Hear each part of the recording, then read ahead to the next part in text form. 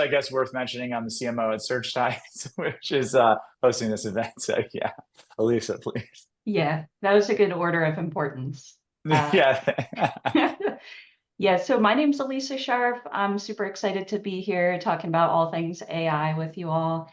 I'm here representing Sear Interactive. So I've been with Sear for 12 years, but Sear was founded by Will Reynolds about 25 years ago. We're a digital marketing agency based out of Philadelphia. I myself am very close to Philadelphia, but I'm on the other side of the bridge in Jersey now. My role at Sear, so I'm the VP of SEO, so I oversee the SEO division. I also am overseeing our AI Council, which has been really exciting. We've only been doing it for about 6 months, but basically trying to figure out how do we integrate AI into everything we do at Sear across all divisions. So yeah, that's a little about me. Fun fact about me, I'm a big fantasy football advocate and player. I've got multiple dynasty teams. In fact, a very fun fact is that I actually drafted a team while I was in labor with my second daughter, or with my second daughter. Commitment. That's amazing. Was the team name at least related to your second The daughter's name labor at that? party. Yeah. Okay. Well, that's incredible. That's incredible. I guess I can go next, judging by Kevin's silence. So my name is Bart. My name is Bart Guralewicz. Don't try to pronounce my second name. I lead 3 companies right now. So it's onely.com, zipplate.dev, and OGS and media.com, specializing more or less in similar topics across like different verticals of the same topic. So we usually go and work with I work with search, but now search is a different word than it was 3 years ago. So I basically built everything out in a way where I can geek out and go into my my research as much as I can. That's how I met Alisa here, who actually specializes in fairly similar aspects of how do we optimize for LLMs. How do we work with LLMs to use them within marketing? So it's not really, and I think Alisa, it's for you like that as well. How do we use ChatGPT to create content? I think we're kind of on the other side, at least mostly, where we think, okay, when people use ChatGPT, how does it affect, finding your brand, finding your product? How are you represented in all of these, from Google AIOs or Google SGE, which is zipplate.dev, where we track it, to then even Reddit right now that's exploding. So I geek out in all of these things, and just to clear my head, I do a lot of running here in Austin in this extreme heat. Now it's a bit better. So I guess that's most of the info that you need for today. And Kevin, you're not running away. It's your turn now. No, thanks. So I'm glad I'm not the only one who wears multiple hats here. So Bart, thanks for sharing that you wear multiple hats. Most of my week is spent running Did It, which is a 50-person digital first marketing agency. We started in SEO. I personally started in SEO in 1994, and Did It started in 1996. So both my personal journey in SEO and Did It's journey in SEO started before Google was founded. So I've been doing a lot of SEO and had a chance to see every algorithm, including a whole bunch that existed before Google was even founded. And I've watched, obviously, the Google algorithm transform itself over the years, including moving towards sort of machine learning and AI, even before the latest Gemini-related craziness. So while obviously AI-generated content is interesting, and I have some interests in there, I agree with Bart that I'm more interested in helping clients and myself and my businesses, the eMarketing Association, Truth Nutrition, and my nonprofit, giving forward future proof against visibility in the AI results.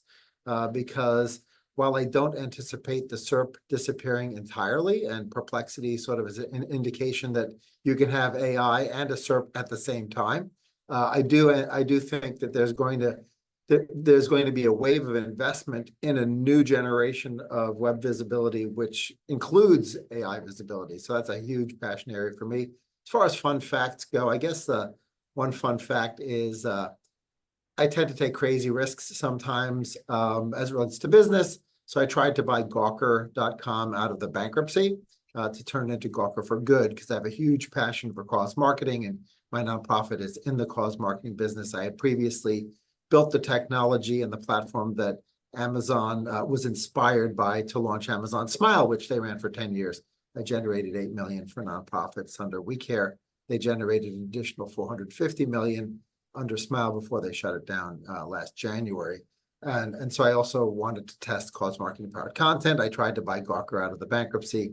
You can Google my name and Gawker and see the 50 or so articles that were written about that in that entire journey, which ended up with me not buying it, but it was still a really great personal branding experience, because I got pursued by a bunch of reporters over the years, so over that year period. Well, that's very exciting. Thanks everybody for hopping on and for spending time here. Kevin, I'm going to keep it with you. So, you talked a lot about a passion towards what you feel kind of the future of AI and SEO and search says, or you called it visibility. I'd love to just kick it off to everybody. How are you using AI in SEO, or you can define it as search visibility, web visibility for your clients today? Yeah, I think what I looked for in the last year and a half to 2 years, as it relates to helping clients future-proof their visibility, and I'm not sure if we should continue to call it SEO when we're doing LLM optimization. So maybe it's AI optimization. I don't think the industry has coalesced on that term, which is trying to influence an LLM chatbot response yet. I mean, maybe it's AIO or whatever.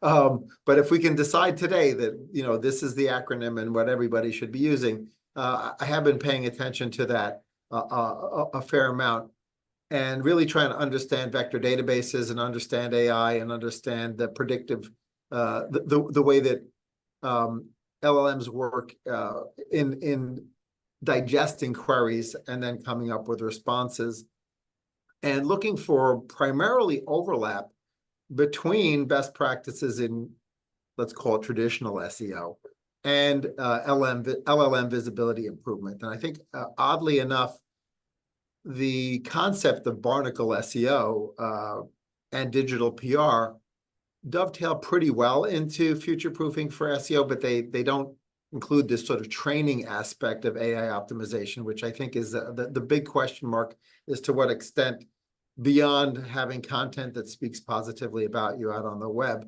what should one do to train the LLM that it's either right or wrong in suggesting specific brands or solutions? And is that actually black hat or not? Right. No, that's good. So what you're saying is, and I just want to make sure everybody who's in the audience understands, really there's an intersection between what has been conventionally called SEO and what the world of web visibility tomorrow can look like. And you are currently spending a lot of time and effort trying to find what lives in both worlds. And a couple of things that you've determined are digital PR will be really big in there, just because in the form of syndications, which LLMs are going to pick up on, and then barnacle SEO, which is also a similar concept where you're basically getting your information, your website published on a larger website and leveraging their authority. And that's a really interesting way that you're doing that. Bart, are you taking a similar or slightly different approach in how you're thinking about AI and search visibility, the future of knowledge discovery online? I was taking a ton of notes to kind of get back to some of the things. So first of all, I don't think we're going to agree on any name. Over the last 7 months, I probably heard more of them than I wanted. And most of the folks would go with large language model optimization, LLMO. However, I don't think it's really easy to explain and pronounce, because then the next question when you try to explain it to a non-tech person is like, what's LLM? And that becomes a conversation. So I think this needs some time. But moving forward from this point on, I think we look at, and that's how I looked at that as well, at LLMs, ChatGPT, and all these other places as a black box, because ChatGPT has training data from a while ago. a long while ago. And we want to optimize to be included, but at the same time, with ChatGPT 4.0 and the next ones, there's more and more prompts that will trigger them to search, because it's a RAG system, so it's using external data to hydrate in a way. But the challenge that comes with this, and I'm actually about to create like a longer article.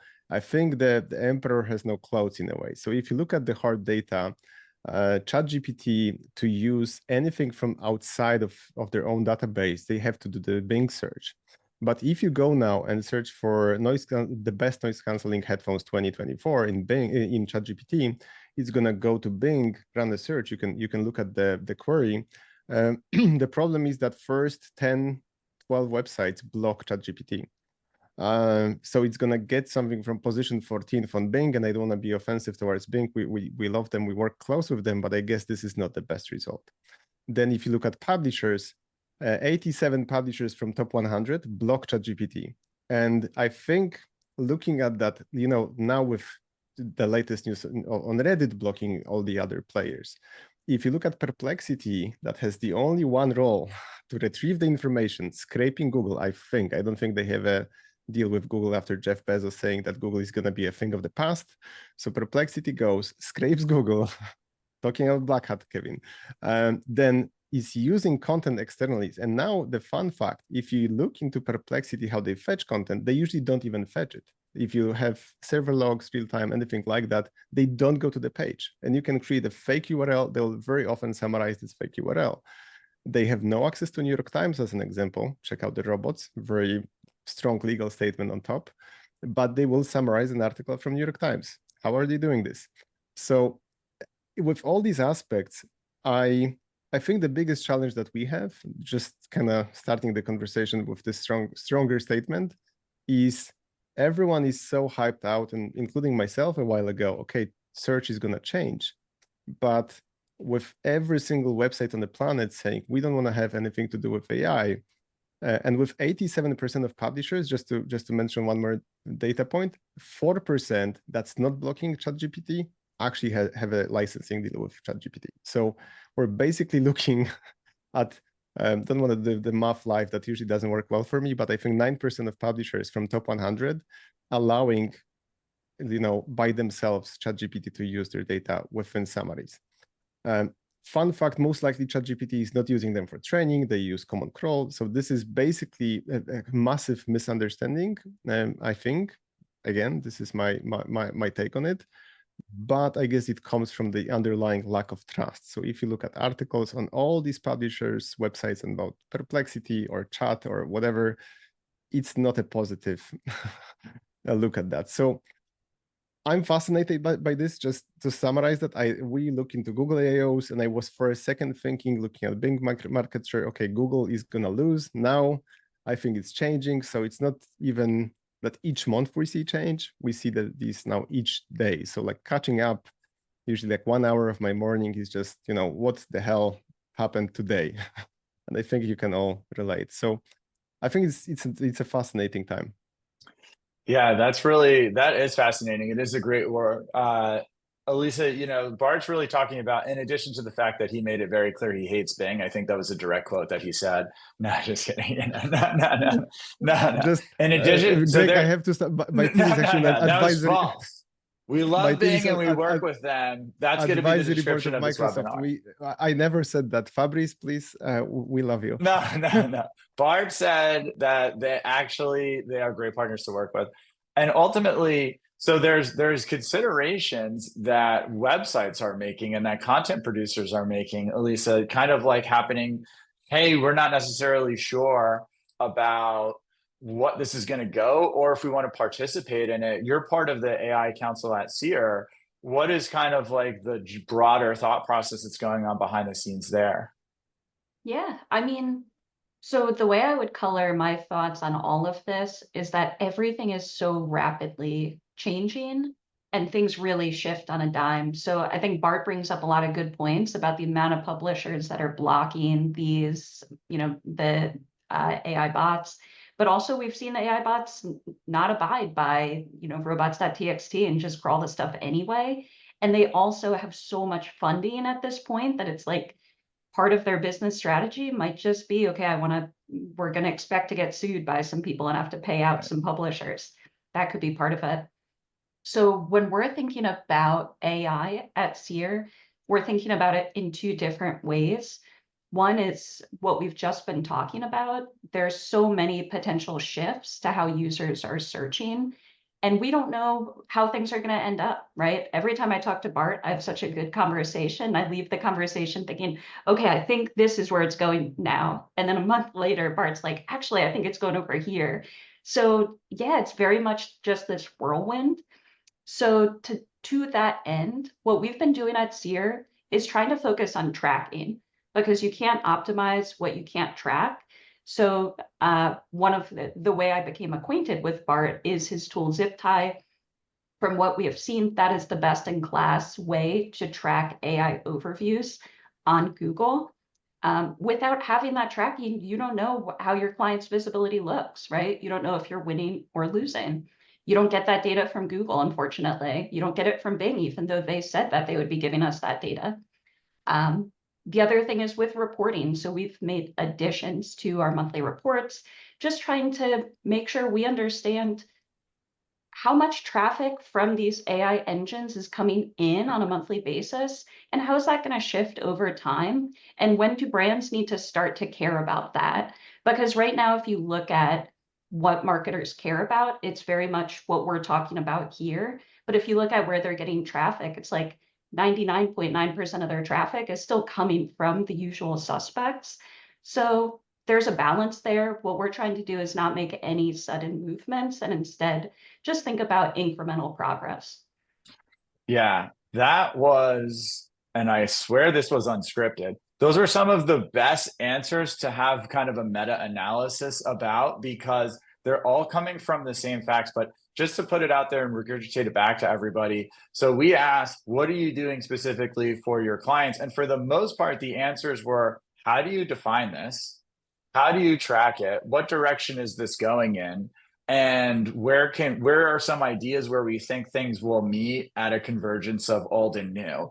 And what you just heard was really, really good agency and really, really good client services thought process, which is what we're going to do best is we're going to put together frameworks for us to be able to understand, and then for us to be able to predict. And ultimately, that's what's going to give us an edge, because wherever things go, we're actually maybe agnostic on what that looks like. But what we care about is being able to understand the moment the shoe drops and there's clear direction, there's good data to back it up, that we're in there. So I thought that was super, super fascinating.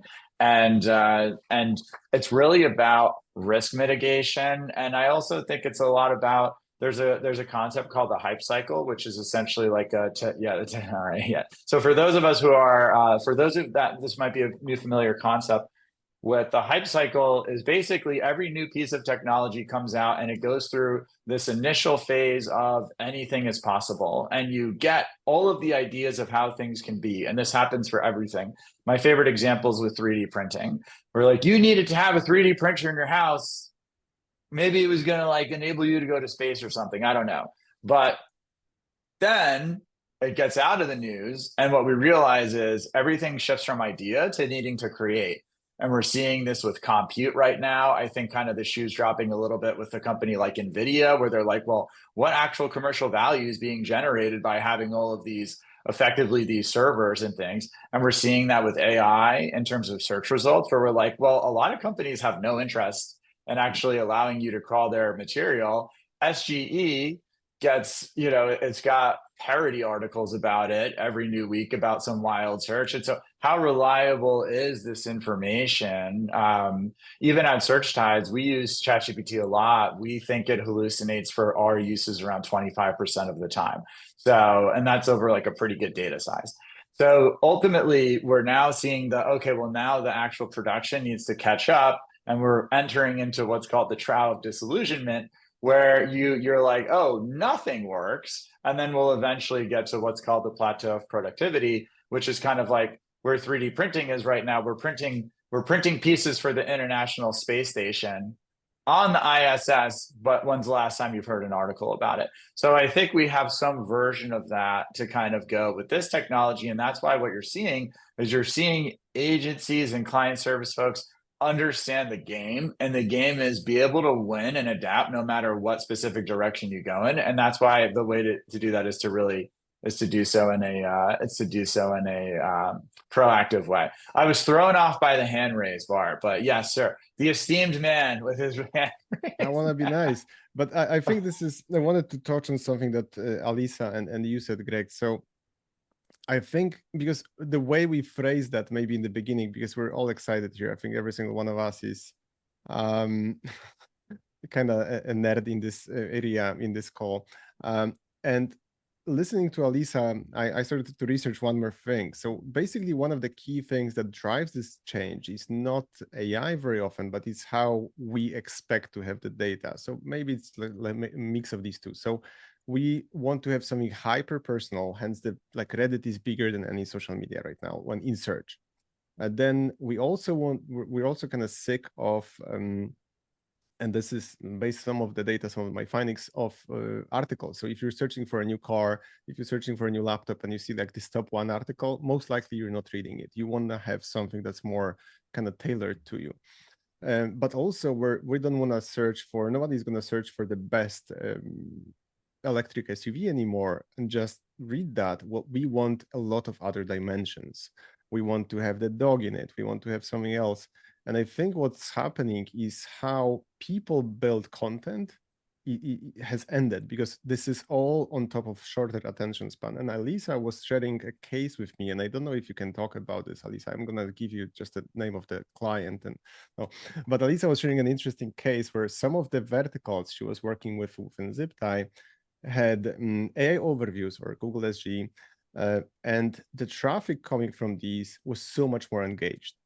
We see that also with Bing AI. We see that with some other aspects, but I think Alisa here has like a lot of amazing feedback on it. So I think if we understand that, just to finish my thought, the underlying human change that these corporations are reacting to, then it's kind of easier to see how it's going to play out. But Alisa, maybe you can share some of the stuff. Yeah, I'll hop in real quick and then I'll kick it over to you, Kevin. But yeah, I think that's a really interesting part of all of this. I think we want there to be an easy answer, like this is good, this is bad, this is an opportunity, but it's all so different. And so when we started to get our hands on the ZipTie data, we saw for some clients, especially in the healthcare space, if they're asking a question that invites a click, so something like, why is my nose running, but I don't feel sick?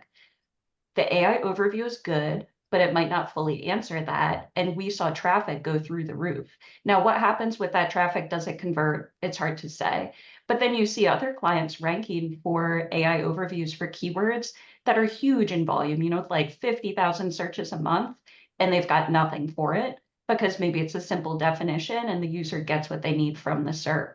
And so there's so much nuance in all of this. It's really hard at this point to say to any client, even, yes, go hard after AI overviews or go hard after ChatGPT, because even on a query level, the opportunity is gonna be different.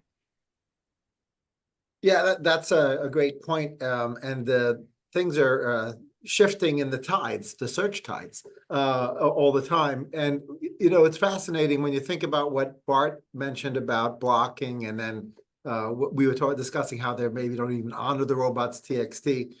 But if you think about LLMO, right, starting to optimize for visibility in the LLM, if these top publishers are stopping the crawls, then from a visibility and Barnacle SEO or general digital PR perspective, those become less valuable to an LLM SEO team, right? Because they're like, oh, New York Times, not going to be in an LLM. Therefore, it's not as important as BuzzFeed, or maybe BuzzFeed, so the publishers making these decisions and the extent to which those decisions about the robots.txt policy being followed have these interesting ripple effects as it relates to the marketer deciding how they're going to do the LLMO, right? How they're going to optimize, how they're going to syndicate content, where they prefer content to be syndicated. I mean, you think about the second largest search engine, YouTube, right? That's great content. It gets, transcribed and it's there. Will Google continue to let other LLMs process the transcriptions of YouTube videos? I don't know, right? And the extent to which that gives Gemini an opportunity to outperform from an LLM perspective, because this is generally highly authentic content in YouTube, unlike a lot of text-based content, which is actually spamming the search engines because it was created by an LLM. At least if we publish this webinar to YouTube, there will be, fairly authentic content that can be ingested by hypothetically all the LLMs, but perhaps Google will decide, no, we're just going to keep this for Gemini. Yeah, that's a great point. I want to give a shout out also to Derek Wozniak, who's the chief SEO officer at SearchTides. I think about 1 week after SGE came out, he said that clicks will be determined by the SGE's ability to completely answer the query. And if it can't completely answer it, then you can just see a mountain of clicks. And this was kind of similar with rich snippets when you had rich snippets first come out. And before it was refined and you had tables and you had bulleted lists and the snippets, you just had a paragraph and maybe there was something useful there, maybe there wasn't. So position 0 was getting this crazy click amount. This has really turned into a conversation about how do we use what's next, but when we don't necessarily have a playbook, do we instead redefine what the future will look like? And I know we've touched on it a little bit. We've talked about visibility. We've talked about LLMO, which, saying that out loud, it doesn't seem like the final version of that. We talked about SEO from the past. We've talked about some of the challenges with, and I think there's another category too, which is just AI overviews, formerly SGE. I want to give a shout out to Bart, because on our prep call, you said something which I thought was fantastic, which was, it's incredibly likely that AI overviews, formerly SGE, will become really, really good, because Google isn't going to get blocked by websites when it's trying to crawl their websites. And so they will eventually have 9 or 10 times the amount of data. In fact, New York Times is not only not blocking them, they're hitting them up and they're like, hey, we just want to make sure you can still access our website properly. So I think that's really a big proponent in the future. Does anyone have any thoughts on, so I guess kind of like, I'll just fast action this around. Elisa, I'll go to you first. Is this the moment where search, and whatever that word means to us, expands dramatically beyond Google and maybe into other channels? Or is this a moment where things are kind of, it seemed like that might happen, and now we're kind of seeing that there's actually a lot of potential for things to kind of stay within Google? Or does it not matter and brands need to be evolving or staying the same regardless? I mean, I think it's a really good question. If you think back to before all the AI hype, what a lot of people were saying is TikTok is the new Google and that's going to take over. And that's how young people are searching now and all this stuff. I think brands are going to have a very hard time walking away from attribution. And so to that end, I think we're going to linger in the Google space, even as like the pool gets lower and lower. We're going to stay there because the attribution is, for better or for worse, better than a lot of these other models, right? But realistically, I mean, Kevin brought up YouTube. YouTube has long had a huge amount of market share and continues to be such an underutilized platform for brands. And I think part of that is because it's a really high effort to create good stuff, and it's tricky to measure it because you don't typically watch a YouTube video and then directly convert on that video. So Yeah. we're kind of thinking about that at Sear, like, where does all of this go? I think Google continues to be a force. Does it continue to have 90% market share over all other engines? Probably not. But even if it dips down to 70%, if that's where people are going towards the end of the funnel, I think there's still probably going to be a lot of money to be made on Google. Totally. Kevin, what's kind of your perspective? I think it's going to depend on each marketer and the agencies helping those marketers to decide. As Alyssa mentioned, the the level of investment in the different stages of the funnel tends to overweight towards the bottom of the funnel, right? When people are raising their hands saying, I have an interest in solving this problem. And of course, the intent level is off the charts for those engagements, whether they result in a click or not. And so it's easier to prove value there.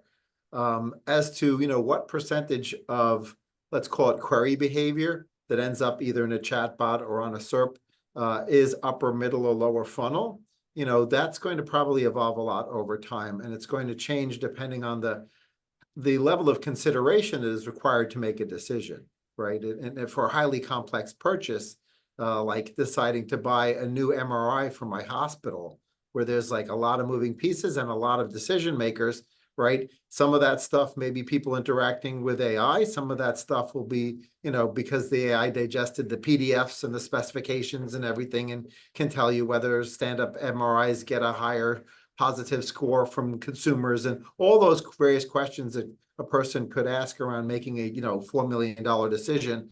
And then there's, where's the closest Starbucks? Okay, Right. Yeah. those are like at opposite ends of the spectrum. They're both, queries.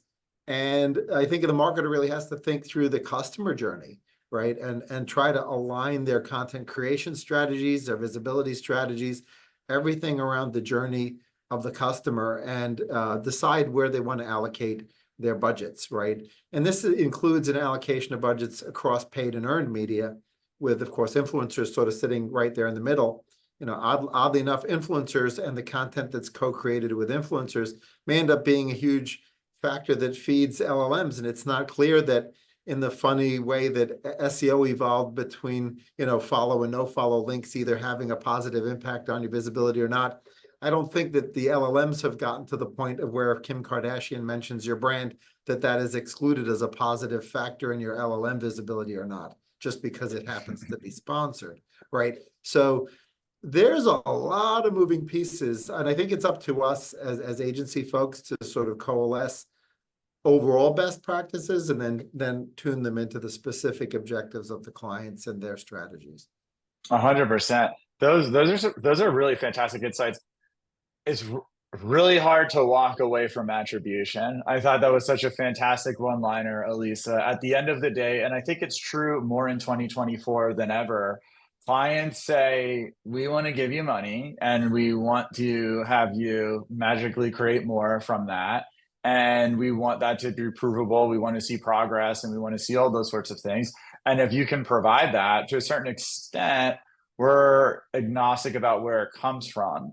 If you can't provide that, then to a certain extent, we don't care where you're trying to make that come from. And I think that lines into what you're saying, where the answer could be it's different for company to company, not even from industry to industry, but just company to company. And I think some parallels are in the real estate market, where you have some people saying the sky is falling, there's crazy vacancy by where I live. And then you have other areas say, like, you can't get a house unless you're putting in a bid sight unseen. And I think what you're describing is something very, very similar here.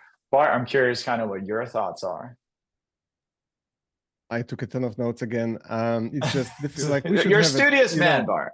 I think we should have like a whole day for that. So the way I see that, like looking at the big picture, and that comes from mostly like a year of Google AO SGE research at first. So what I found fascinating is how heavily they focused on user journey. So that's not within Google AIO as much, but SGE was creating these places where you had like, what's the best mountain bike for me? I weigh this much and I, ride on rocks in Austin. The way they could map this journey was shockingly precise. So I think whoever is going to win, they have to have the index, obviously. So all the content and all the data from the web. And this is partially tackled with like what AI LLMs know, but you have to have the freshness to some degree as well. So that's the hybrid approach is possible as well. But with that, you need to understand a lot of context around something. So that usually comes from voting. So if you have billions of interactions an hour from as Google, they track every single muscle move you create within SERPs. They can predict your next step.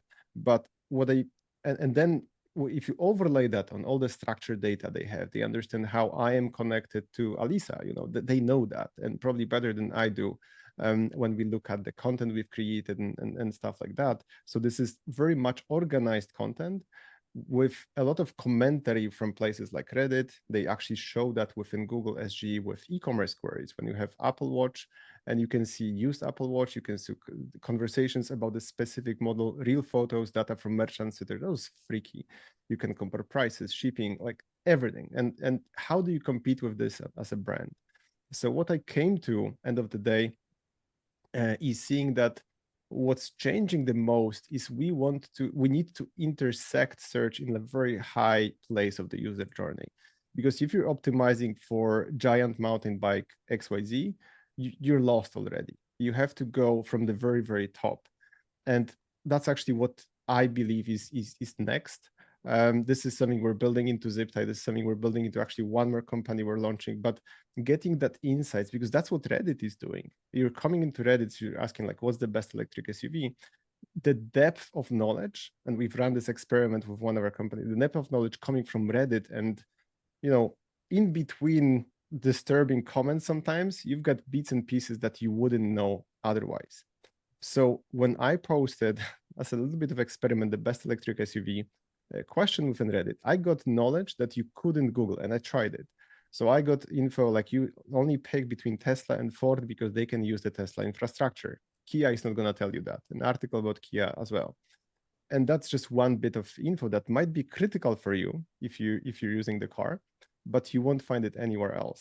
So if you're Kia, if you're any other brand, and if you don't know that, and it happens like before they find you, they won't even talk to you. You know what I mean? So and they very often don't know this is a buying dimension. So I could go on about this for a bit, but I feel like what we see with LLMs is for the first time in history, they've got quality data, not only quantity, because Google was guessing, Bing was guessing, they were both guessing a lot. Now, if you look into Google AIO, just to finish this thought, you will see not only that they answer something more than your question, they answer the next step. And this is something I talked with Alisa multiple times. I always love your findings, Alisa, and your point of view on that. You have a very practical place for that I enjoy, that I miss sometimes in myself. But if you look at that, if you want to compete with Google AIOs, you have to provide a similar depth. You have to predict the next intent. Otherwise, someone is going to come to your website, go back, and ask the next question. And that's what both Google and Bing is preaching for a good 5 years now, that most of the traffic online is useless. It's basically searching for that information, that pogo sticking, going to the website, going back, refining the query. And even Fabrice Canel within the last podcast we recorded said like clicks are not the metrics we should look at. And I couldn't agree more. So if you look at all these points, we need to, and this is going to sound cheesy as hell, but we need to fall in love with the audience. And by that, we need to figure out what they really want, where they're coming from, and where they're going. And with AI, we as marketers, for the first time, also have kind of even ground to tackle this. So yeah, I'm shutting up because I can go on for a few hours, but I feel like this is super exciting, and I love how you approached it as well. Yeah. That's fascinating. Everyone's jealous of y'all's private conversations that you have now. Yeah. Kevin, pass you, and then I'm going to add my own thoughts. Well, one really quick point, and it's an intersection of what Alisa said and what Bart just mentioned about, you know, knowing where your customer is and what they're going, how they're interacting. Is I'm concerned for marketers who are stuck on the attribution element of things. And of course, they've relied on attribution for all the paid media channels for years, whether it's paid search, paid social, but even up into the middle funnel, they still want to know brand lift, buyer intent, all these other KPIs that reflect positivity.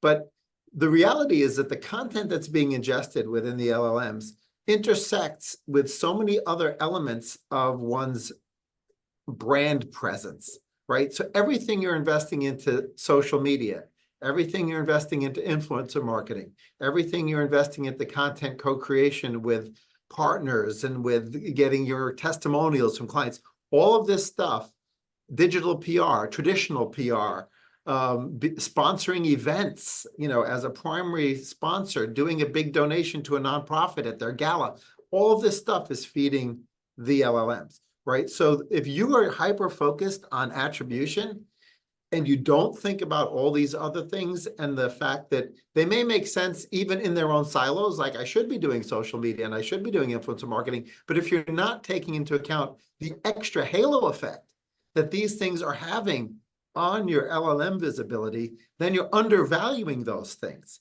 right? Because you're overly myopically focused on what you can measure from the clicks perspective, right? And I think people will end up underinvesting in all of these other factors, all these other bubbles and marketing tactics and strategies, because they're not taking into account the sort of SEO and LLM implications of those investments. Kevin, if I may, I just wanted to very quickly, I promise, just like, I think the folks will in the audience will appreciate the example. So if you're searching for what is NVIDIA, it seems like back in the day would give them the definition. Now, what we know, first of all, most likely the trigger for that is the stock price. So it's going to tell that. So it's a different information than just like basic information retrieval. NVIDIA definition. But also we know that probably the next step is I want to either invest or invest it and I'm worried about my investment. But so it's a different understanding of the same query we had 6 months ago. And in 2 months, it's going to be different. So when you go into Google AIOs, that's what you see. So I think Kevin here is making a beautiful point about that. So if you look at what is NVIDIA and, okay, why am I not getting leads, or I'm getting this amount of leads, that's a very, very narrow point of view.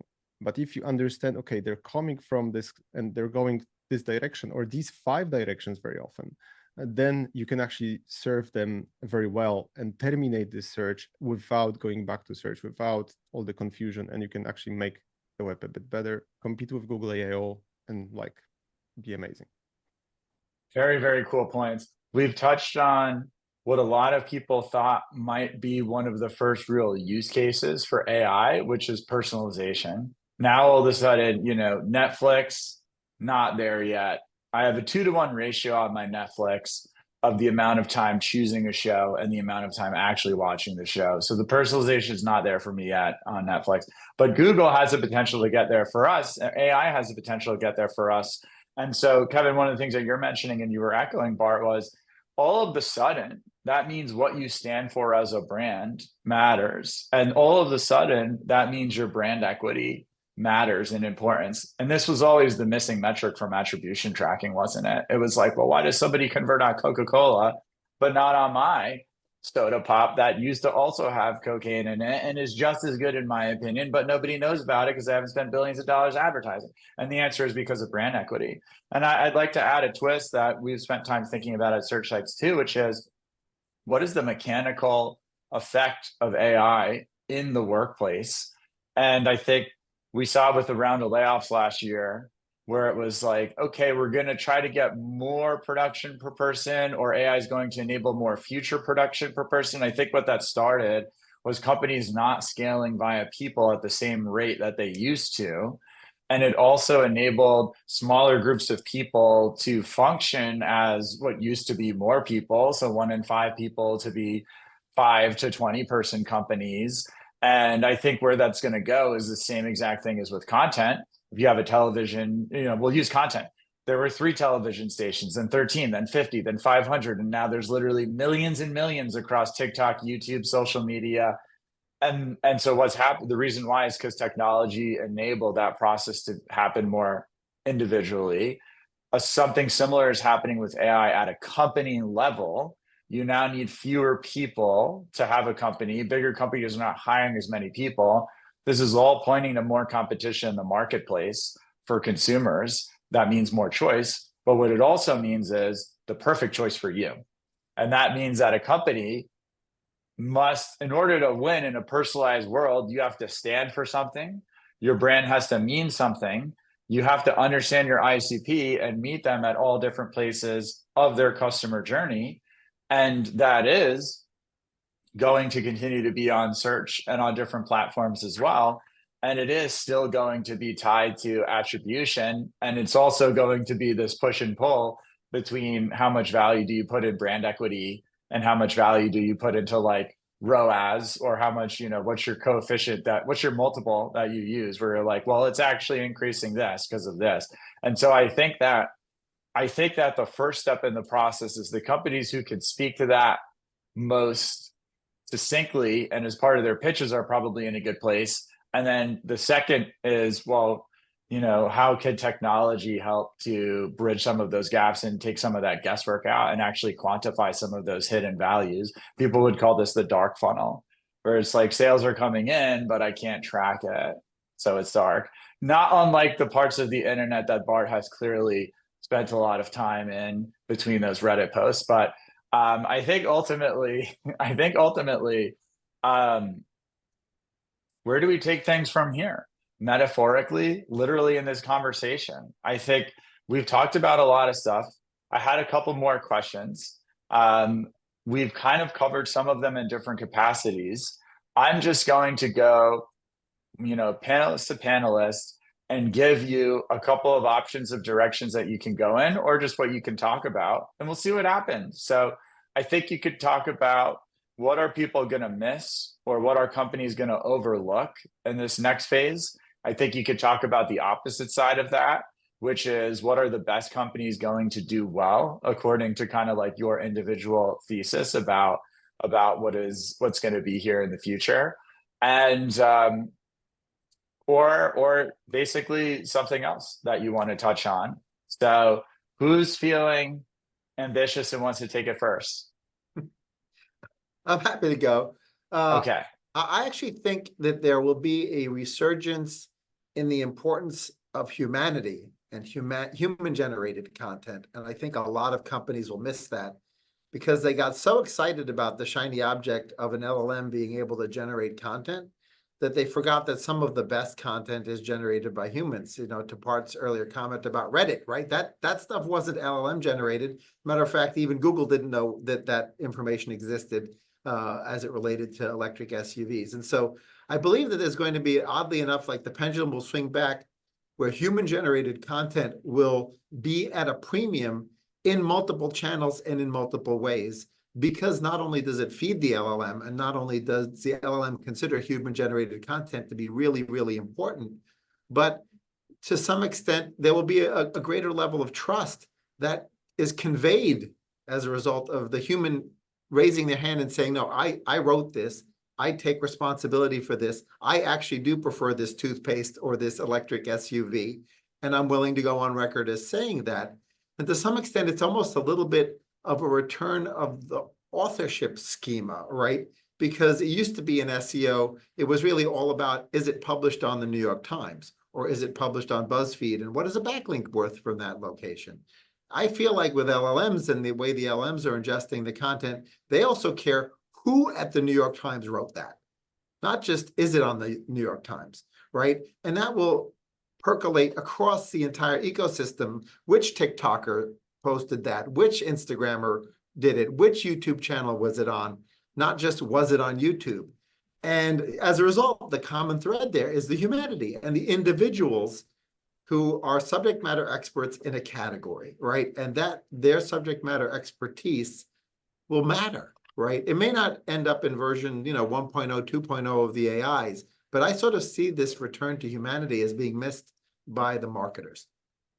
Yeah, that's really well said. Very in line with what we think at SearchTides. I know we call the prior era of SEO the foundational era, the current we call the influence era, and the next era we call the human era, because very in line with your thoughts there.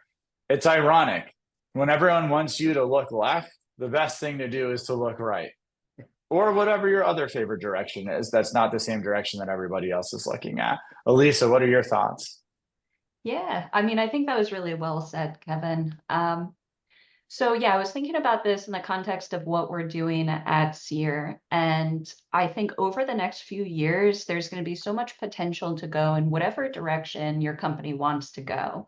And even before all the AI stuff, we saw so many clients and so many other agencies being asked to do more with less, right? It was like, we're cutting budgets, our team is getting cut, but our goals are still going up 10, 20% year over year. And so how does that happen? one way that can happen is with some of this AI generated workforce. I'm really excited about the potential for AI agents, and there's so many use cases within what we do with SEO as a discipline that are so ripe for this concept of AI agents. And I think they're going to come sooner than we think. So I think agencies then have one of or two options. Either you can cut your workforce and people at the top can make more money, or you can go in a different direction and try to move up the value pyramid. And at Sear, we have always been trying to move up the value pyramid because that's where the fun happens. That's where you want to be, at those tables where big decisions, big conversations are happening. And it's kind of rare that, the lowly SEO can make their way to that table. But this is potentially a way you can do that if you can offer to, hey, I've got your SEO covered. But there's also this thing we can now offer with unique content or personalization or all of these things that you can charge a little bit more for, but you can bring more value to the table for. So if I was working at a brand, I would try to think about what are the types of partners that I want to be associated with? Do I want to work with agencies who are like, yeah, I can't wait to figure out how to downsize my agency? I would hope not, right? Like that doesn't feel good. Like we're all just trying to make a living here, but there's certainly those examples out there. So yeah, that's how we're thinking about it. That's so wonderful. And I think it's really kind of like a microcosm of life. To get just super philosophical here on a Thursday afternoon, morning-ish, whatever, you can be faced with something, and we see it all the time in SEO, and people who have been in this industry for a long time know it in the form of algorithm updates. Those things come out, and you can either believe that the sky is falling, or you can use it as an opportunity to figure out what the next move is going to be before everybody else does. And I think, Elisa, what you just said in terms of the broader direction for a lot of people in an industry specifically, all of a sudden you had this thing which everybody knew what it was. You go to Google, you search for it, and all of a sudden you're entering into a new era of the internet. And you as an individual, or you as an agency, or you as a person at a brand have an opportunity to lead and shape and mold those conversations. That doesn't come around very often. That's like an opportunity for like a 3 promotions up in the air. And you just have to look at it that way. Or you could sit there and look at it and say, everything that I know is crumbling before me. Bad news. I hope to work with a company that wants to downsize the size of its agency ASAP. So there's a different ways to go in. But Bart, I'm curious kind of where your head's at. That's so difficult to summarize that, but I need my own BART GPT. But so first of all, what I would focus on, I think that the biggest change we're going to see, and it's already happening to some degree, thanks to Alisa, for example, is changing how we create content. So I think every single piece of content will need to meet completely new dimensions. For example, like one of the rules within Google AIOs is you have to tackle multiple points of view. So if I ask if stretching builds muscle, the answer is going to be yes, but at the very end, you will see like a different point of view, like stretching is killing your gains or whatever. I was obsessed with this query for a bit. So we'll have a different form of creating content that's going to be more solution oriented than just like biography, intros and stuff like that. But it's going to be deeply adjusted to the problem, tackling multiple points of view, giving a solution rather than knowledge. I think the knowledge in general is going to be gone. Top of the funnel, content, evergreen, like all of the terms that we know from the SEO space, you can, as Matt Katz once said, you can stick a fork in it. I think this is what I see. But also the brands that are going to win, and that's something we're already observing for the past year, because again, I think all of you had this conversation already multiple times. Venture capitals, large brands, they already are solving this problem for a good year now, some of them longer. So what I think now is a winning strategy is, first of all, you have to understand the information retrieval, technical SEO, whether you like it or not. And people are like, I don't want to do technical SEO, I want to do LLMO. Or like, guess how they get guess how they get the data. Right. So I think you need to understand, how do you tackle that? As an example, if you know how people search for you within ChatGPT, you can match it to a query within Bing, and you can show up within Bing for that query and unblock your robots.txt. So what I think now is happening, sorry, just gathering my thoughts to condense it, is we see already working with some of the clients, we're talking to some of the people in that space, where the big brands, even though we have a recession and they're not like tons and tons of budget, we're looking at them focusing on what's happening long term and making sure that the short term change or implementations are tackling short term priorities. So as an example, if you're worried about where LLMs are going to go, you can already work with Google, you can work with Index Now within Bing, which is going to give you short-term benefits, but have in mind where this is going and gather a ton, as Alisa said, I love this quote, ton of optics, ton of data, because whoever has the data on what's happening, historical data especially, because if you get it in 6 months, that's kind of late, then you can see where this trend is going. As an example, AIOs declined after the launch, but now they're accelerating again, but it's at a different pace in different verticals. So understanding that you have 40% of AIO coverage within health, you can tackle that. But if you're in e-commerce, most likely this is not a challenge for today, but you can prepare down the line. So I think gathering optics, just to summarize, changing how you create content completely. So it's actually working with, especially the younger generation, shorten attention span, and you compete with AI. And lastly, finding something that's going to give you benefits today, because I don't think we should prep for something down the line in 2 years, but with like a very good educated guess that we can easily make still for the foreseeable future on where this is going, so we can really prepare for what's happening. So awesome. That would be my big picture. Very, very nice pictures, everyone. Thank you so much for joining us, everyone in the audience, and for hanging out. Elise, it's so nice to hang out with you. Bart, thanks for coming on. Kevin, good to see you. I'm Greg Brooks. Okay, here it is. There it is. There it is. There it is. All right. Thank you so much, everybody. Have a wonderful rest of the day. Thanks for coming to our chat.